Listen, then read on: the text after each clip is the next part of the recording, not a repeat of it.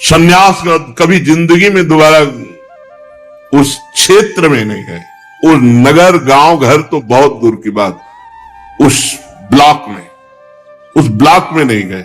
पूरा जीवन हो गया। किसी भी व्यक्ति से घर वालों को पता भी नहीं रहा जिंदा है कि मरे कुछ समय के बाद, जब हमारी यात्रा गंगा किनारे की। ये तो वृंदावन में पता चला उनको कि हाँ है, नहीं तो पीछे गंगा की यात्रा, काशी की वास, यह कहीं किसी का कोई फोन तो उनकी सृष्टि तो बहुत कम समय में हुई है। और गंगा किनारे कहां फोन, कौन फोन। किसी भी व्यक्ति से अपनापन नहीं, सन्यासी का पहला लक्षण। किसी भी व्यक्ति से अपनापन, किसी वस्तु से अपनापन नहीं, किसी स्थान से अपनापन नहीं। गुरु कृपा से ऐसा ही सन्यास धर्म, भगवान की बड़ी विशेष कृपा रही कि कभी झोला नहीं रहा कि उसमें 2-4 अचला रखे। एक अचला पहने, एक लंगोटी पहने हैं, एक कमर में लंगोटी है और यहां एक अचला ऊपर नहीं, एक ही अचला, 2 लंगोटी और एक कमंडल, बस। सर्दी गर्मी बरसात वैसे ही एक स्थिति में रहना। संन्यास धर्म बड़ा कठोर धर्म है। हम कभी रोए हों ऐसा कभी नहीं, कभी भाव आ गए और रो गए, कभी ऐसा नहीं हो, कभी नहीं। किसके प्रति रोए, कभी ऐसा नहीं है। एक गांव में एक रात ठहरने का नियम लेकर विचरण करें। पूरे गंगा किनारे भ्रमण में एक बार एक गांव में गए थे। वर्षा हो रही थी, सर्दी का समय था, शरीर एकदम सांवला पड़ गया कि अब लगा कि रात्रि काटने के लिए कुछ गर्म जगह चाहिए, नहीं तो हो सकता है कि अब हम कल सुबह चल ना पावे। एकदम शीतल, वो जब सर्दी का समय। तो एक गांव में गए कि डर लगता था, क्योंकि जवान शरीर है और बनावट ऐसी शरीर की थी कि कोई विश्वास नहीं मानेगा कि महात्मा या बनावटी है, नाटक है। अब 23, 24, 25 की अवस्था कौन रखेगा अपने दरवाजे पे। तो गांव के बाहर देखा एक जानवर बंधे हुए थे, तो उनसे कहा कि आप हमें एक रात्रि के लिए वास की व्यवस्था करेंगे। तो उनका हाँ व्यवस्था करेंगे, जहां भैंसे बंधे वहीं किनारे तुम भी लेट जाओ। उनका हाँ। तो उनका ओढ़ने के लिए तो देखो हम गांव के लोग हैं, कंबल देंगे, नहीं तुम लेके भाग जाओ। तो बोले जो भैंस को उड़ाते हैं वो हम बोरा दे सकते हैं, हमका पक्का दे दीजिए आप। वो बोरा ऐसे डाला तो शरीर गर्म हुआ। हमका 4 बजे यहां से निकल जाएंगे, बोरा यहीं मिलेंगे आपको। पूरे गंगा जी की यात्रा में एक ये केवल वास रहा है, नहीं तो वृक्ष के नीचे या किसी आश्रम में ऐसे कभी कंबल ले लिया आश्रम वासियों से, जैसी स्थिति उसी स्थिति। बड़ा आनंद रहता था। ब्रह्मचर्य का एक प्रभाव होता है और लक्ष्य का एक दृढ़ नियम होता है, उसमें एक अद्भुत आनंद रहता है। ये संन्यास धर्म। वस्त्र पहनने में केवल लंगोटी और उसके ऊपर ढकने के लिए, कौपीन के ऊपर ढकने के लिए थोड़ा सा वस्त्र, जिससे गुप्त अंग ढक जाए। इसके अलावा कोई कपड़े नहीं सन्यासी के लिए। यदि वस्त्र पहने तो पहले तो केवल कौपीनवंता, खलु भाग्यवंता, केवल लंगोटी धारण करे। अगर ऐसा है तो जितने से जांग ढक जाए बस उतना वस्त्र एक गमछा की तरह ऐसे धारण करे। हम एक ही वस्त्र ऐसे धारण करते थे जो यहां छाती से बांध ले, बस यही जांग तक जाए। और जब तक कोई आपत्ति ना आवे तब तक कोई दूसरा वस्त्र न ले। आपत्ति का मतलब जैसे भीषण बुखार है, शरीर खूब ठंडी से युक्त हो रहा है, तो कुछ वस्त्र उस समय तत्काल के लिए ले ले, नहीं तो नहीं। आश्रम के चिन्ह केवल दंड और कमंडल। आश्रम के चिन्हों को तब तक धारण करे जब तक अवधूत स्थिति नहीं आती, नहीं वो भी जैसे उड़िया बाबा ने दंड भी गंगा जी में विसर्जित कर दिया। सन्यासी को चाहिए कुछ भी संग्रह परिग्रह नहीं। देखो इसमें लिखा है वह कोई भी वस्तु संग्रह न करे। संग्रह के लिए बस पेट ही है, जो मिला डाल लिया, नहीं मिला तो नहीं मिला, कल के लिए क्यों रखे, परसों के क्यों। इतनी हरितकी का टुकड़ा रखने के कारण महाप्रभु चैतन्य देव ने अपनी सेवा में जो थे उनसे कहा चलो गृहस्थी में जाओ, तुम विरक्ति संन्यास के लायक नहीं हो। एक हरितकी का टुकड़ा जो महाप्रभु पर भोजन प्रसाद पाने के बाद मुख शुद्धि के लिए हर का टुकड़ा ऐसे वो रख लिया महाप्रभु के लिए। महाप्रभु ने कहा चलो तुम ब्याह करो, घर गृहस्थी में रहो, त्याग संन्यास के योग्य नहीं। सन्यासी को चाहिए शांत, हर समय शांत, भगवत परायण, किसी भी व्यक्ति का आश्रय न ले। इसीलिए घाट का आश्रय लिया कि घाट में केवल महादेव जी का अधिकार, घाट में रह रहे जो महादेव जी व्यवस्था करेंगे वही। वर्षा होती तो जो मंदिर है खुले रहते छोटे छोटे उनके दरवाजे, बस उसी में लेट गए, नहीं तो बाहर घाट में। इस संपूर्ण विश्व को कार्य कारण से अतीत परमात्मा स्वरूप देखकर शांत अपनी आत्मा में रमण, बड़ा आनंद का मार्ग है। ऐसा न समझे कि जैसे कहा जाता है कि बड़ा शुष्क मार्ग है, तो कभी स्वाद ही नहीं लिया तो जानो क्या ब्रह्मानंद। ब्रह्मानंद है, कितना आनंद है। शंकर सहज स्वरूप संहारा, तो लागी समाधि अखंड अपारा। अपार अखंड आनंद की समाधि लग गई। कोई साधारण मार्ग है? अब नहीं जानते हो तो कह दोगे कि बड़ा शुष्क मार्ग है। आत्मदर्शी सन्यासी जागरण और सुषुप्ति की अवस्था में रहे, जागरण और सुषुप्ति की संधि, न सोता हुआ न जागता हुआ, हर समय परमात्मा में स्थित अपने स्वरूप में। भवबंधन से मुक्त होने के लिए जब संन्यास लिया गया तो केवल शरीर का परिग्रह, एक कौपीन, एक वस्त्र, कोई और परिग्रह नहीं, रखने के लिए कोई पात्र नहीं, पेट ही पात्र है। किसी व्यक्ति से बड़ा आनंद का मार्ग है, बड़ा आनंद का मार्ग है। सच्ची मानिए वो आनंद की लहरें जिसमें कई कई दिन भोजन न मिलने पर भी एक अद्भुत आनंद वो देखा है। ना तो शरीर की पीड़ाओं का और न शरीर की वंदना का अभिनंदन, शरीर की पीड़ाओं की परवाह नहीं, कोई प्रणाम नमस्कार बिल्कुल, कहीं कोई उसका आदर ही नहीं। जीवन केवल परमात्मा स्वरूप। एक संत भगवान को देखा, वहां से और वैराग्य बढ़ा। एक कन्नौज की तरफ फतेहगढ़ के आगे घटिया घाट है, अब कुछ नाम परिवर्तन हो गया है। उस घाट में जब हम कुछ दिन रुके गंगा के किनारे, तो एक संत को देखा कि वो केवल एक पतली सी मार्किन और एक लंगोटी, एक से त्यागी मां, और सर्दी का समय। और हमें लगा कि यार हमारे जीवन को धिक्कार, हम अपने को त्यागी समझते हैं और ये वयोवृद्ध है और इतना त्याग। रात में महाराज जी यहाँ आश्रम में तो व्यवस्था, एक छोटा सा कंबल आप ओढ़ लीजिए, ऐसे मुस्कुराते, मौन, हड्डी हड्डी शरीर में, मार्किन केवल ओढ़े हर समय। अरे भजनानंदी महात्माओं की तो गंगा किनारे जैसे जीटी रोड में बड़ी बड़ी गाड़ियां चलती रहती, ऐसे गंगा किनारा जीटी रोड है, बड़े बड़े महापुरुषों का, एक से एक ब्रह्मबोध संपन्न महापुरुषों के दर्शन। बस फिर अंदर से लगा कि कमंडल फेंका, अचला फेंका, लंगोटी फेंका, दिगंबर। हम तो जवान हैं, ये तो वयोवृद्ध हैं। ऐसे काफी समय तक ऐसे ही।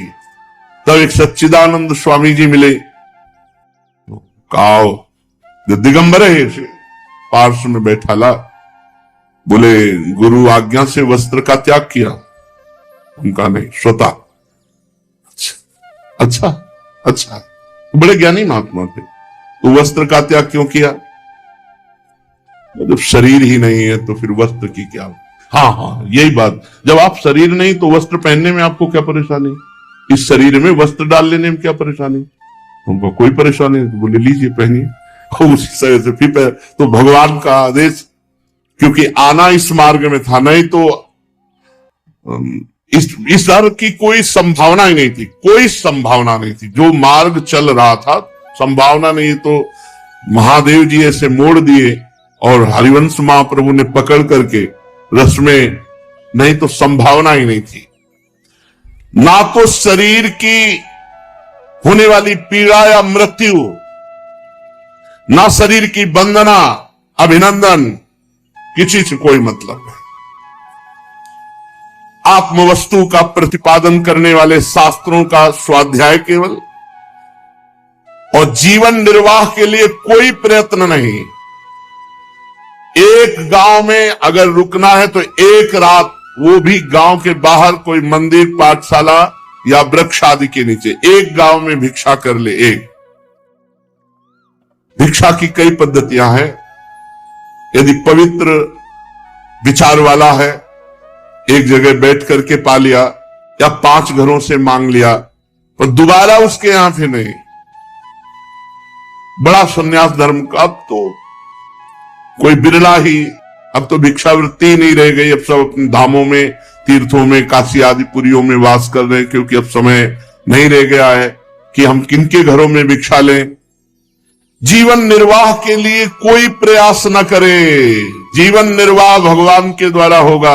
अपने विरक्त होकर जीवन निर्वाह के लिए व्यवस्था न करे, कोई व्यवस्था नहीं। और कई कई दिन भोजन न मिलने पर भी वो क्षोभ को प्राप्त न हो, प्रयत्न न करे कि चलो आज भिक्षा नहीं मिली है कहीं भी नहीं, एक बार मांग लिया, नहीं मिला, प्रारब्ध खत्म। बहुत सी मंडली न जुटावे, व्याख्यान न दे, बड़े बड़े कर्म का आरंभ न करे, ये सन्यासी के लिए निषेध है। शांत, मौन, समदर्शी, एकांत सेवी सन्यासी अपने रहने के लिए आश्रम न बनावे, निषेध किया गया। अपने रहने के लिए आश्रम न बनावे। साधु के रहने की व्यवस्था ऐसे होनी चाहिए जैसे चूहे ने बिल बनाया और सांप रह गया और अपना निकल गया, ऐसे ही है। अपने ये मेरा है ऐसा कहीं संबंध नहीं होना चाहिए। बस एक जैसे थोड़ी देर स्टेशन में बैठे हैं, बढ़िया है, लेकिन भैया जाना है, गाड़ी आएगी, अपनी गाड़ी में बैठेंगे, चले जाएंगे, हमारा कुछ नहीं स्टेशन में। ऐसे ही जीवन व्यतीत करना चाहिए। हमारा नहीं, अपना कुछ नहीं है, कहीं भी अपना नहीं। और गुरु कृपा से ऐसे ही जिस जगह रह रहे वो जगह नहीं हमारी, उसका बिल भी जिसका फ्लैट है आज भी भर रहा है, हर व्यवस्था कर रहा है। भगवान की कृपा से आज भी ऐसा नहीं कि प्रेमानंद मर गए, अंगूठा लगा लियो और दस्तखत करवा लियो, नहीं तो चला जाए, कुछ नहीं। जैसे घर से भगवान ने निकाला था आज भी वैसे ही है, कोई वस्तु हमारी नहीं है। हाँ, अब सत्संग है तो उन्होंने हाल बनवा दिया है, उसके लिए एक व्यवस्था कर दी, सत्संग कर लिए। वास है तो वास की व्यवस्था उन्होंने कर दी। अपना नहीं है कुछ। सरकारी कागज में कहीं भी प्रेमानंद नाम नहीं है, कहीं भी बैंक में कहीं भी नहीं है, और जीवन में कभी नहीं। इसे स्वीकार इसीलिए किया है कि भगवत कार्य हो रहा है तो चलो हाँ कर दो, लेकिन तुम 4 मिल करके, हम कहीं नहीं। और तुम्हारा ठेका हम लेते हैं। यदि आज्ञा के अनुसार, धर्म के अनुसार चलोगे तो ना तुम्हें ये फंसा पाएगी, ना माया फंसा पाएगी। न ये मेरी न ये तेरी, ये वृंदावन भूमि है, श्री जी की है, श्री जी का जस गाओ, चलो श्री जी के पास। इसके लिए व्यवस्था है। तो सन्यासी को चाहिए अपने रहने के लिए भी वो निर्माण की व्यवस्था ना करे, ऐसा शास्त्र आज्ञा करते हैं। और वो चाहे तो अपने आश्रम के सन्यास चिन्हों को छोड़ सकता है, शास्त्र आज्ञा कर रहा है। अगर वो चाहे तो सन्यास के चिन्ह, ना यते आश्रम प्रायो धर्म हेतु महात्मन शांतस्य समचित्तस्य बिर्भयादुत वात्यजेत, वो अपने आश्रम चिन्हों को त्याग सकता है। उसके पास कोई आश्रम का चिन्ह ना हो, परंतु अपने आत्मानुसंधान में ही मगन रहे, व्यवहार में नहीं। एकांत, ऐसे भी सन्यासियों के दर्शन हुए। किसी भी तरह का आप जान ही नहीं सकते सन्यासी है, किसी भी तरह का कोई भी लक्षण, एक परमहंस जी रह रहे हैं अपने वृंदावन में, उनको बहुत वर्षों से तो हम ही जानते हैं, बनियान किसी के घर में सूख रही है तो अंगूठा किसी के घर में सूख रहा है, भोजन कहीं होगा तो शयन कहीं होगा, बाल भोग कहीं हुआ तो, और ये ब्रजवासियों के घर में रहते हैं, किसके घर में मिलेंगे ये कुछ पता नहीं। एक दो बार आए हैं, हितधाम में भी तो आए हैं। उच्च कोटि के जो महापुरुष होते हैं उनको समझना बड़ा मुश्किल। वो आश्रम के चिन्हों को धारण करे चाहे छोड़ दें, उनके पास कोई आश्रम का ना चिन्ह हो, पर वो आत्मानुसंधान में मगन रहे, व्यवहार प्रपंच में नहीं। अत्यंत विचारशील होने पर पागल जैसे दिखाई देने चाहिए, शास्त्र आज्ञा करता है। बहुत ज्ञानी होने पर भी पागलों जैसा व्यवहार होना चाहिए। और ऐसे बहुत से संत हमें काशी में मिले जो उच्च कोटि के ब्रह्म ज्ञानी, लेकिन व्यवहार ऐसा, लोग कुल्हड़ चाय पी के ऐसे ऊपर मार रहे हैं।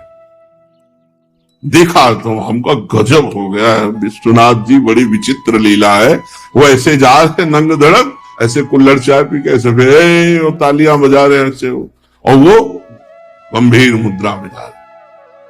अत्यंत प्रभावशील तपस्वी होने पर भी साधारण पुरुषों की दृष्टि में पागल और गूंगे से ज्यादा नहीं। ऐसी स्थिति दिखाओ कि पागल है, गूंगा है, बिल्कुल दिमाग नहीं, असाधारण प्रभाव, संकल्प कर ले तो एक क्षण में नष्ट हो जाए, असाधारण प्रभाव। युधिष्ठिर जी, इस विषय में महात्मा लोग एक प्राचीन इतिहास वर्णन करते हैं, वो परम अवधूत शिरोमणि दत्तात्रेय जी का और भक्तराज प्रहलाद का संवाद। एक बार भगवान के परम प्रेमी भक्त श्री प्रहलाद जी कुछ मंत्रियों के साथ लोगों के हृदय की बात जानने के लिए गुप्त रूप से विचरण कर रहे थे। पहले राजा लोग कुछ अपने निज अंग सेवियों को लेकर भेष बदल करके घूमते थे साधारण वेश में, समाज में क्या हो रहा है, क्या शासन शैली चल रही है, स्वयं राजा लोग ऐसे साधारण वेश में घूमते थे। तो घूम रहे थे तो देखा कि पृथ्वी पर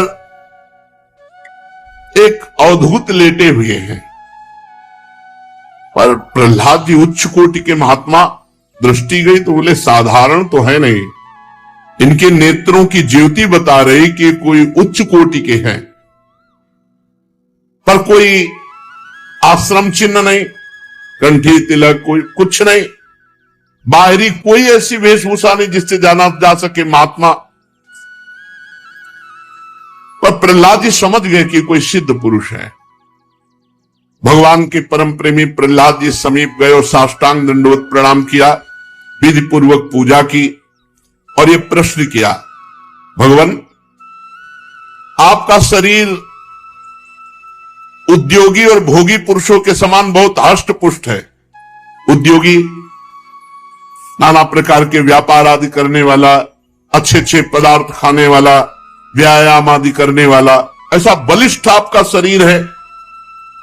संसार का नियम है कि उद्योग करने वाले को धन मिलता है, धन वाले को भोग प्राप्त होता है, भोगियों का ही शरीर पुष्ट होता है जो अच्छे अच्छे पदार्थ पाते हैं।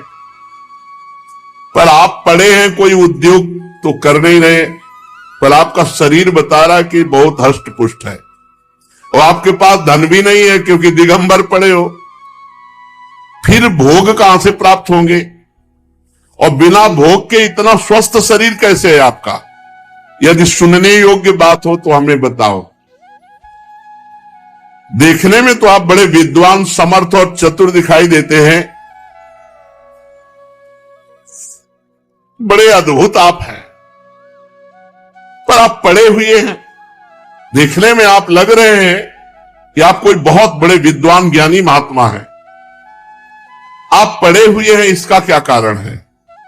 नारद जी कहते हैं, धर्मराज, जब प्रहलाद जी ने भगवान अवधूत शिरोमणि दत्तात्रेय जी से प्रश्न किया, तब दत्तात्रेय जी ने कहा, भक्तराज, श्रेष्ठ पुरुष तुम्हारा सम्मान करते हैं।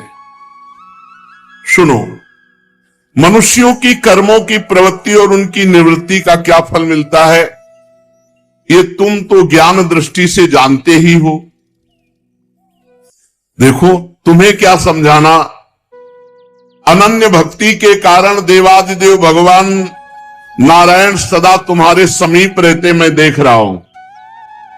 अवधूत शिरोमणि दत्तात्रेय जी कह रहे हैं, तुम्हारी अनन्य भक्ति से प्रभावित होकर कभी भगवान तुम्हारा साथ नहीं छोड़ते।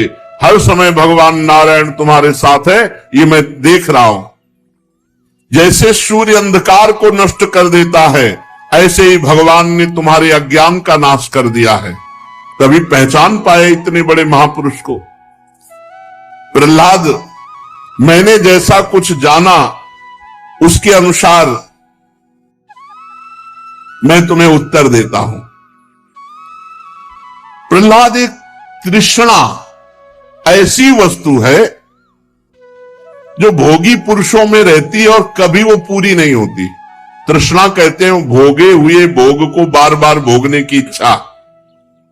हे प्रहलाद, तृष्णा एक ऐसी वस्तु है जो भोगी पुरुषों के पास रहती है, बार बार भोगने की इच्छा। और उसी तृष्णा के कारण जन्म मरण होता है, और उसी तृष्णा के कारण लोग झुलस रहे हैं। चिंता, शोक, भय, उद्विग्न, जन्म, मृत्यु, नाना प्रकार की तृष्णा से कर्म करते हैं और कर्म से शुभ अशुभ होते हैं। इसी से उनकी योनियां बदलती रहती हैं और भटकते रहते हैं। कभी स्वर्ग, कभी नरक, कभी तिर्यक योनि, कभी मनुष्य योनि, नाना प्रकार की योनियों। और ये तृष्णा मेरे में नहीं है। मैं हष्टपुष्ट क्यों हूं? क्योंकि न भोग की कामना है और न तृष्णा है। जिसके हृदय में तृष्णा नहीं है भोगों की, बड़ा मस्त। जाहिन चाही कबों कछ तुम सन सहज स्नेह। देखो प्रहलाद, संसार के स्त्री पुरुष कर्म तो करते हैं सुख प्राप्ति के लिए कि दुख कभी आए ना, लेकिन उल्टा फल क्यों हो रहा है? वो दुख ही दुख भोग रहे हैं। ये कर्मों का उल्टा फल क्यों हो रहा है वो नहीं समझ पा रहे। सब प्राणी, चाहे स्त्री हो चाहे पुरुष, कर्म करता है सुख के लिए, पर परिणाम में उसे दुख ही मिलता है। स्थायी परिणाम सुख नहीं। क्यों? क्योंकि सुख तो है आत्मा में, परमात्मा में, भगवान में, और उसके लिए कोई चेष्टा कर नहीं रहा। भोगों में सुख ढूंढ रहा है। समस्त चेष्टाओं की निवृत्ति हो जाए तो परम सुख मिले। देखो देखो, बड़ा सूक्ष्म विषय। हम चेष्टा से सुख चाहते हैं। अवधूत जी कह रहे हैं कि जब समस्त चेष्टाओं की निवृत्ति हो जाती है तो आत्मस्वरूप आत्मानंद प्रकाशित हो जाता है। इसके लिए भोगों के मनोराज्य मात्र समझ करके भोगों का त्याग करना होता है, तृष्णा का त्याग करना होता है। मैं भोगों की तृष्णा और कामना से रहित होकर केवल शरीर का प्रारब्ध भोगता हूं और पड़ा रहता हूं। शरीर का जो प्रारब्ध है, मनुष्य अपने सच्चे स्वार्थ, वास्तविक सुख क्या है? वास्तविक सुख क्या है? सच्चा स्वार्थ क्या है? भगवान का भजन करना, अपने स्वरूप में स्थित हो जाना। सच्चे स्वार्थ को भूलकर मिथ्या द्वैत को सत्य मानकर भयंकर विचित्र जन्म मृत्यु के जंगल में फंस गया। जैसे अज्ञानी मनुष्य जल में उत्पन्न तिनके और सिवार से ढके हुए जल को जल ना समझकर वो प्यासा मरुभूमि में जो जल दिखाई दे रहा उसमें जा रहा जहां एक बूंद जल नहीं। ऐसे ही मल विक्षेप आवरण, इन तीन से ढका हुआ आत्मानंद, इसको छोड़ करके वो विषयानंद में जहां मरुभूमि एक बूंद जल नहीं, ऐसे विषयानंद में जहां एक बूंद आनंद नहीं, पूरा जीवन उसमें खो रहा है। इसीलिए उसका जीवन व्यर्थ हो जाता है। मनुष्य सदा शारीरिक मानसिक दुखों से आक्रांत रहता है। उसका शरीर भी मरणशील है। बड़े बड़े श्रम करके वो धन इकट्ठा करता, मरकर यहां से चला जाता है, कोई लाभ नहीं। ये लोभी, ये भोगी, ये मोही, ये दुख ही दुख भोगते हैं। भय के मारे उनको नींद नहीं आती, धन की चिंता से नींद नहीं आती, भोगों की कामना से उन्हें विश्राम नहीं मिलता। जो धन के लोभी हैं, राजा, चोर, शत्रु, स्वजन, पशु, पक्षी, याचक और काल से, यहां तक कि कहीं मैं भी भूल न कर बैठूं, अधिक न खर्च हो जाए, इस आशंका से वो जलते रहते हैं। बुद्धिमान मनुष्य को चाहिए शोक, मोह, भय, क्रोध, राग, कायरता, श्रम का शिकार ना होना पड़े, इसलिए भोग, धन, नाना प्रकार की तृष्णा, इनका त्याग कर दे, नहीं तो दुख ही दुख हाथ लगेगा। मैं सबसे मस्त रहता हूं, न धन की चिंता है, न किसी से मोह है, और न मैं शरीर की चिंता करता हूं। इसका प्रारब्ध है जो हो जाता है। कभी कभी अच्छे पदार्थ मिल गए, कभी भूखे रह गए, शरीर का प्रारब्ध। इस लोक में सबसे बड़े गुरु हैं मेरे अजगर और मधुमक्खी। वो 24 गुरुओं की एकादश स्कंद में है। इसमें कह रहे प्रहलाद जी से कि मेरे सबसे बड़े गुरु हैं अजगर। अजगर करे न चाकरी, पंछी करे न काम, दास मलूका कह गए सबके दाता राम। अवधूत पड़े हैं, संयोग बना कोई बहुत सुंदर सुंदर मीठा पदार्थ, ये सब पवा दिए। संयोग नहीं बिना कई कई दिन तक भूखे पड़े रहे।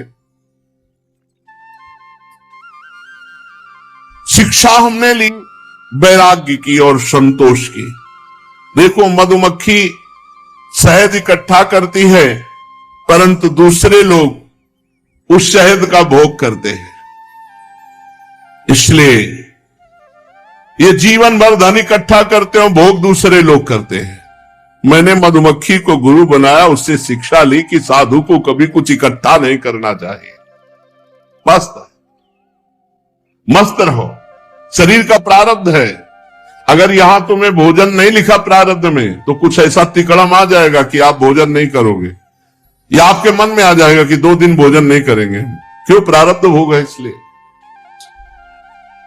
और अजगर से मैंने शिक्षा ली कि जैसे वो निश्चेष्ट पड़ा रहता है, आहार स्वयं आ जाता है नजदीक, ऐसे साधु को रहना चाहिए। आहार स्वयं आ जाएगा, अपने आप आ जाएगा, विश्वास कर लीजिए, व्यवस्था अपने आप हो जाएगी। दैववश भगवान की प्रेरणा से साधु के पास जो थोड़ा अन्न आ जाए, सूखा आ जाए, नीरस आ जाए, बेस्वाद आ जाए, या बहुत गुणों से युक्त स्वादिष्ट आ जाए, बस पा लेना चाहिए। ये बहुत मस्ती का मार्ग है, बहुत मस्ती का। बाबा जी बनना बहुत मस्ती का मार्ग है, पर सही मार्ग होता। पाखंड और नाटक में तो जलते रहोगे फिर। कभी बड़ी श्रद्धा से कोई भोजन पवा देता है, तो कभी बड़ी अश्रद्धा से पवा देता है। कभी कोई सम्मान करता है, तो कभी अपमान। कभी कभी तो रात में भोजन मिल जाता है, तो रात में पा लिया। कभी दिन में मिल जाता है, दिन में पा लिया। कभी एक बार मिला तो एक बार पा लिया। कई दिन नहीं मिला तो कई दिन नहीं पाया। ये इस शरीर के मैं प्रारब्ध को देखता रहता हूं, दत्तात्रेय जी कहे। इसलिए कभी कोई आया रेशमी वस्त्र पहना गया, कभी कोई आया उसको उतार ले गया। हाँ, कभी कोई आया खवा दिया। कभी घास में पड़े हैं, कभी पृथ्वी में पड़े हैं, कभी राख की ढेर पे भी पड़े हैं, तो कभी राजाओं के महलों में भी पड़े हैं। ये दैत्यराज कभी शरीर को बहुत नहा धुआ कर चंदन वस्त्र फूलों के हार सजा, और कभी पिशाच की समान नंग धड़ंग ऐसे विचर रहे। मैं ना किसी की निंदा करता हूं, ना स्तुति करता हूं, ना कोई चेष्टा करता हूं, ना कोई तृष्णा करता हूं, ना कोई कामना करता हूं। एक परमात्म स्वरूप में स्थित रहता